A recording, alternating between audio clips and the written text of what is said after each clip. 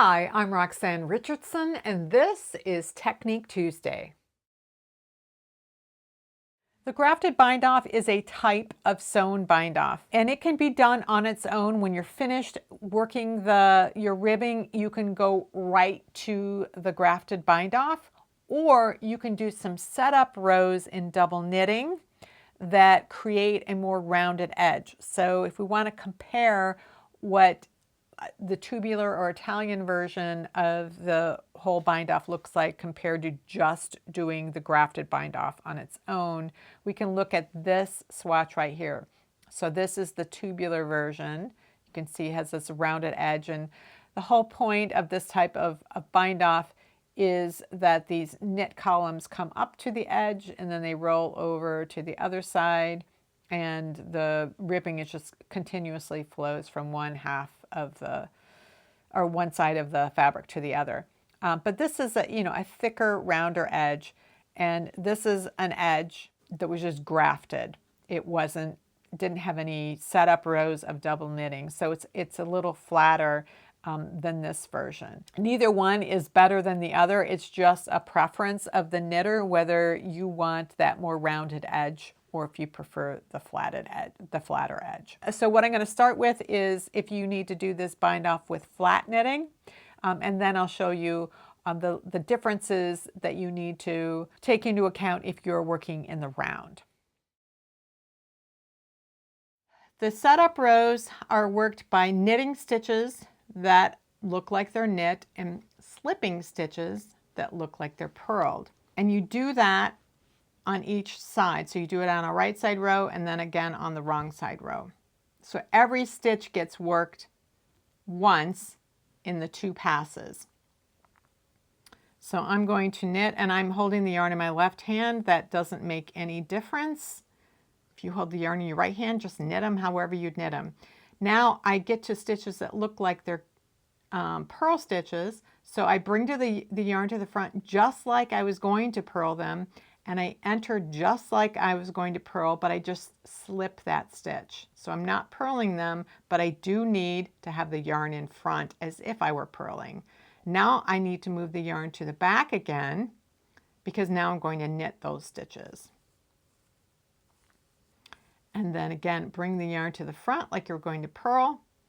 Slip as if to purl, but don't actually purl those stitches. And if you hold the yarn in your right hand, again, you just knit those stitches. And then when you get to a purl stitch, you bring the yarn to the front. You slip those stitches. Bring it back to the back so that you can knit them. So you're always bringing the yarn through underneath the needles like you would if you were actually working both sets of the stitches.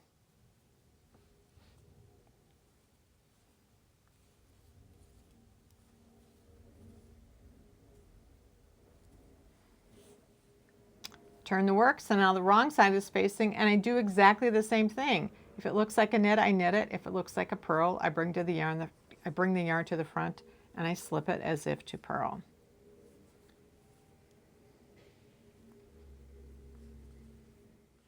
So now I've done my two setup rows. You could do two more rows like this. It would make a thicker, rounder edge, a finished edge, but again, it's not required. So you can do 2 rows of that, or you can do 4 rows of that. The actual process of binding off, cutting the yarn, and bringing it through the stitches can either be done with all of the stitches on the needle, on a single needle like this, or it can be done with half the stitches on one needle, half on the other, so that they're held parallel. And that's my preference. It's not better than the other one. It's the one that I am least likely to make mistakes on, so that's the one that I use.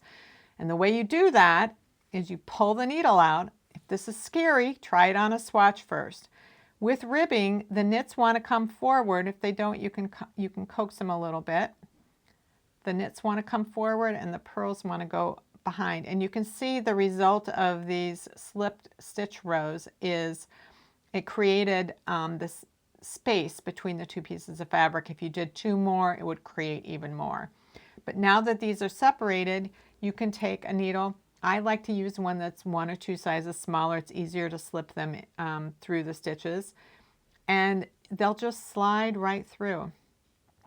Again, if you find this scary, practice on a swatch.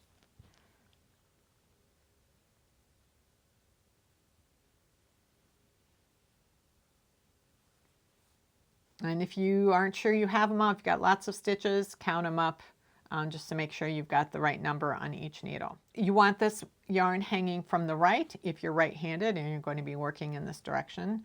If you're left-handed, you could do it from this direction instead, but I'm going to demonstrate right-handed because I am right-handed. So the amount of yarn tail that you need to cut should be about 4 times the width of this when it's, you know, laid out flat, because ribbing wants to compress. So if you stretched it out like this, you'd want 4 times that width. This is a very narrow piece of knitting, so that's very easy for me to just measure off 4 lengths of this and cut it. If you have something that's super long, super wide or super long, you really don't want to cut off more than about a yard of yarn. You can always add additional length as you're doing the bind off, and I have a video on how to do that for sewn bind offs, not just this type of bind off, but any type of sewn bind off. I'll link above and down in the video description. So after you cut your long yarn tail and you thread it onto a yarn needle, now it's time to do the grafting. If you are used to grafting, this is exactly the same process. We do have a setup step at the very beginning, and that is to enter as if to purl this first stitch. The knit stitch is entered as if to purl, and the yarn is pulled through. The purl stitch is entered as if to knit. So you're entering them opposite of the way that they look to you, and you pull the yarn through. You want to make sure that this yarn stays under those 2 needles, isn't coming over the top. At this point, we're going to work with the stitches in pairs. So again, if you're used to knit off, purl on, purl off, knit on, you can do that. This is just grafting. If you're not used to grafting, or you get confused with those steps, we are going to be doing a U-turn. We're going to go through this first stitch from the outside toward the center. We'll let that stitch come off the needle, and then we're going to come through this stitch from the center outward. So we're doing a U-turn, and then on this one, we're going to be doing the U-turn that way. So you're coming toward the middle and then going outward. So let me show you what that looks like. I go toward the center, I let this off the needle, I point it toward myself, and now it's coming back out this way, and this stays on the needle, and it comes off. Now I'm coming toward the center, off the needle, toward the outside, and stays on the needle. So every stitch, the yarn goes through every stitch twice before it actually comes off the needle. So now I'm going toward the center, toward the outside, toward the center, toward the outside.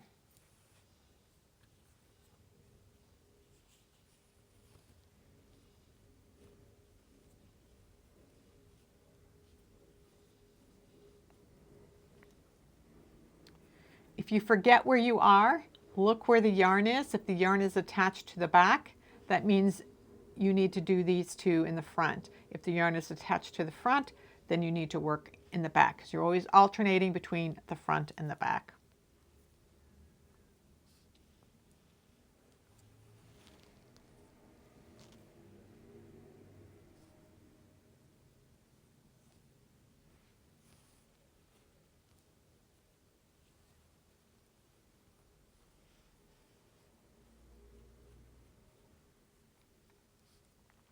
So I'm pulling the yarn kind of snug, but not tight. I don't want this edge to be super tight.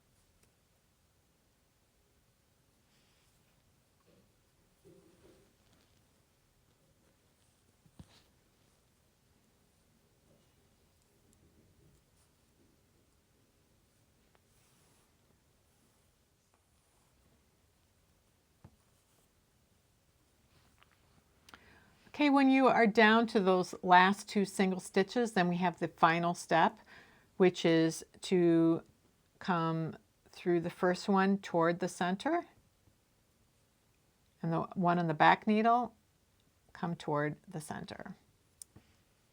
And then you pull the yarn through. So then you end up with your tubular bind off.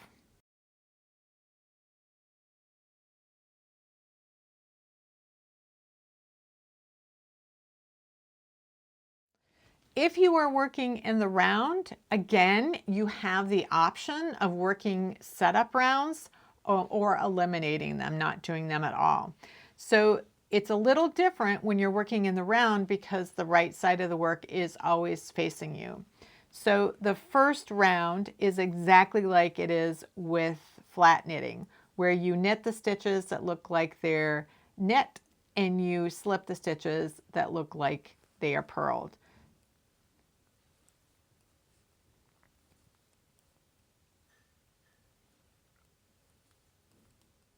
For the second round, you're going to slip the knit stitches and purl the purl stitches. So you are going to slip with the yarn and back just in the same position it would be to knit, and you're going to slip as if to purl. And you're not slipping as if to knit, you're slipping as if to purl always, because that maintains the stitch mount exactly the way it is for later on. So now I'm coming to a purl stitch. I'm going to bring the yarn to the front and I'm going to actually purl it to the back and slip, to the front and purl all the way around.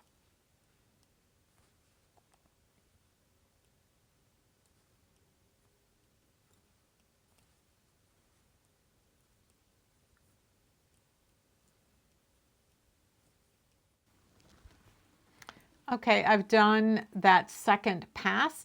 Again, you can do 2 more passes if you want a rounder, bigger edge. You're going to cut the yarn again about 4 times the length, or about 1 yard of yarn. If you're working with a long edge, you don't want anything longer than that. You can always add the yarn later. And again, we're going to separate these 2 out. I'm going to take the first half out. And then I've got a couple of circular needles that are a couple of sizes smaller than this. So I'm going to capture all my knit stitches.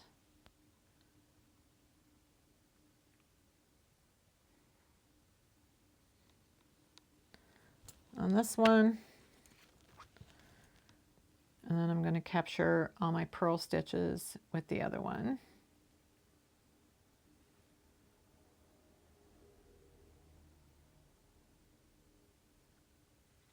This.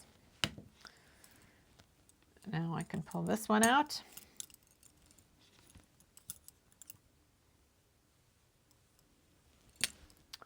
Let the knits come forward. I'm using the one with the black cord on the knit stitches. So I'm going to capture those.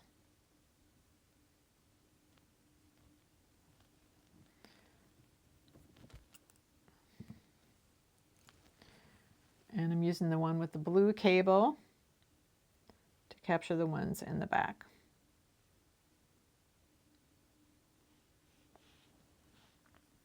So now I've got them on their parallel needles. The process for doing the graft is exactly the same. You do the setup steps with this in the round, just like you do if you were doing it flat. When you do a tubular bind off or grafted bind off for knit 1 purl 1 ribbing, you skip the setup step, but you don't skip it for the knit 2 purl 2. So I come in from the center toward the outside, so as if to purl, pull the yarn through.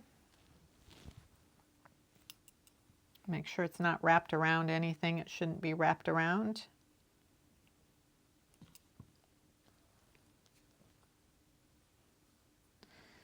And then on the back one, I go through as if to knit. So from the center toward the outside.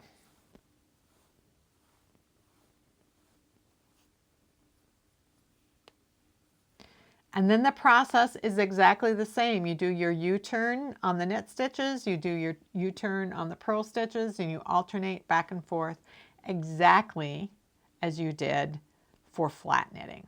Okay, I'm at the end of the round, so I'm going to finish this the same way that I finished the flat knitting, where I'm going to go toward the center, let it off, go toward the center, let it off, pull the yarn through. And then I want to connect this end piece to the beginning so that we don't have a gap here. So I'm just going to go through the back of one of these, of this first knit stitch. I'm just going to come through right here in the back and pull that like this. So then there's no gap. And then I can weave this N in like I would in any other rib situation where I'm weaving in yarn tails. So the way I tend to do it is to take the yarn tail down the right leg of one of the knit columns that I can see from the reverse side for some amount of time, pull it through. And you can do a U-turn if you want. So you come around the back of the knit stitch, pull it through, and then come back up a couple of stitches on the other side of that column. And then you can trim this off. If you are interested in other videos on tubular or Italian casting on or binding off, I have plenty of those. You can find some of them over here. If you have any comments or questions about today's video or suggestions for videos you'd like to see in the future, you can leave those down in the comments below or join the discussion in my Ravelry group, Rox Rocks. Thanks for watching, and I'll see you next time.